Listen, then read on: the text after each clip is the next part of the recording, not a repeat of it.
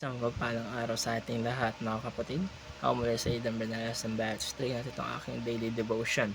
At ngayong araw ay pag-uusapan natin ay convenient truth or comforting lies o Jehoiakim. At ang scripture ay mula sa 2 Kings chapter 23 verse 34 to 37. Sasabi sa Bible verse natin ngayong araw mga kapatid, He did evil in the eyes of the Lord, just as his predecessors had done. Mula sa 2 Kings chapter 23 verse 37. Sa 2 Kings mga kapatid, chapter 23, pagkatapos ng mabuting paghahari ni Josiah, naging hari si Jehoiakim. Sa halip na ipagpatuloy ang reforms at pagsunod sa Diyos, bumalik siya sa masasamang gawain.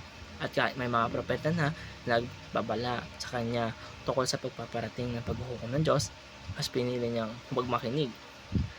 Bakit nga ba nila ginawa? Dahil mas komportable ang kasinungalingan kaysa sa katotohanan mga kapatid. Ang katotohanan ay minsan masakit. Minsan sasabi nito na mali tayo. Kailangan natin magbago o may direction tayo na dapat itama. Pero mas gusto natin mga kapatid ang mga salitang nagpapagaan na pakiramdam natin kahit hindi naman totoo. Ganito rin ang nangyari kay Jehoiakim mga kapatid. Ayaw niyang marinig ang mensahe ng Diyos dahil hindi tutugma sa gusto niyang gawin. Kaya imbes na siya ay magsisi, pinili niyang baliwalain ang katotohanan ng Panginoon. Ganun din tayo minsan mga kapatid na mas gusto natin na makarinig ng mga bagay na pabor sa atin o yung mga mensahe lang na gusto natin marinig ang tinatanggap natin. Mas gusto natin i-justify ang mga maling desisyon natin kaysa sa aminin natin kailangan natin baguhin sa ating sarili. Minsan naghahanap tayo ng mga opinion na sasang-ayon sa atin kaysa sa katotohanang magtutuwid sa atin. Pero mga problema dito mga kapatid sa comforting lines ay pansamantala lamang ang comfort nito. Parang gamot na tinatakpan lamang ang sintomas pero hindi ginagamot ang sakit ng tuluyan.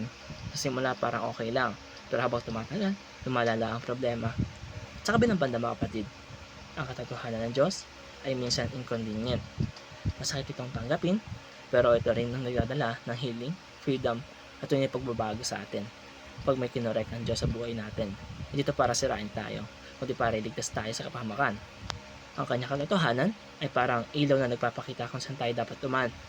At ang pinakamagandang halimbawa nito ay si Jesus na nagsabi, siya ang katotohanan.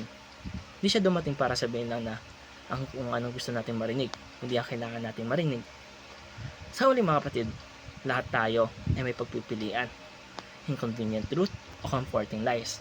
Ang isa ay maaaring masakit sa simula pero magdadala ng buhay. Ang isa naman ay maaaring komportable sa simula pero magdadala ng pagkasira sa atin. O kaya mga kapatid, maraming salamat sa panonood.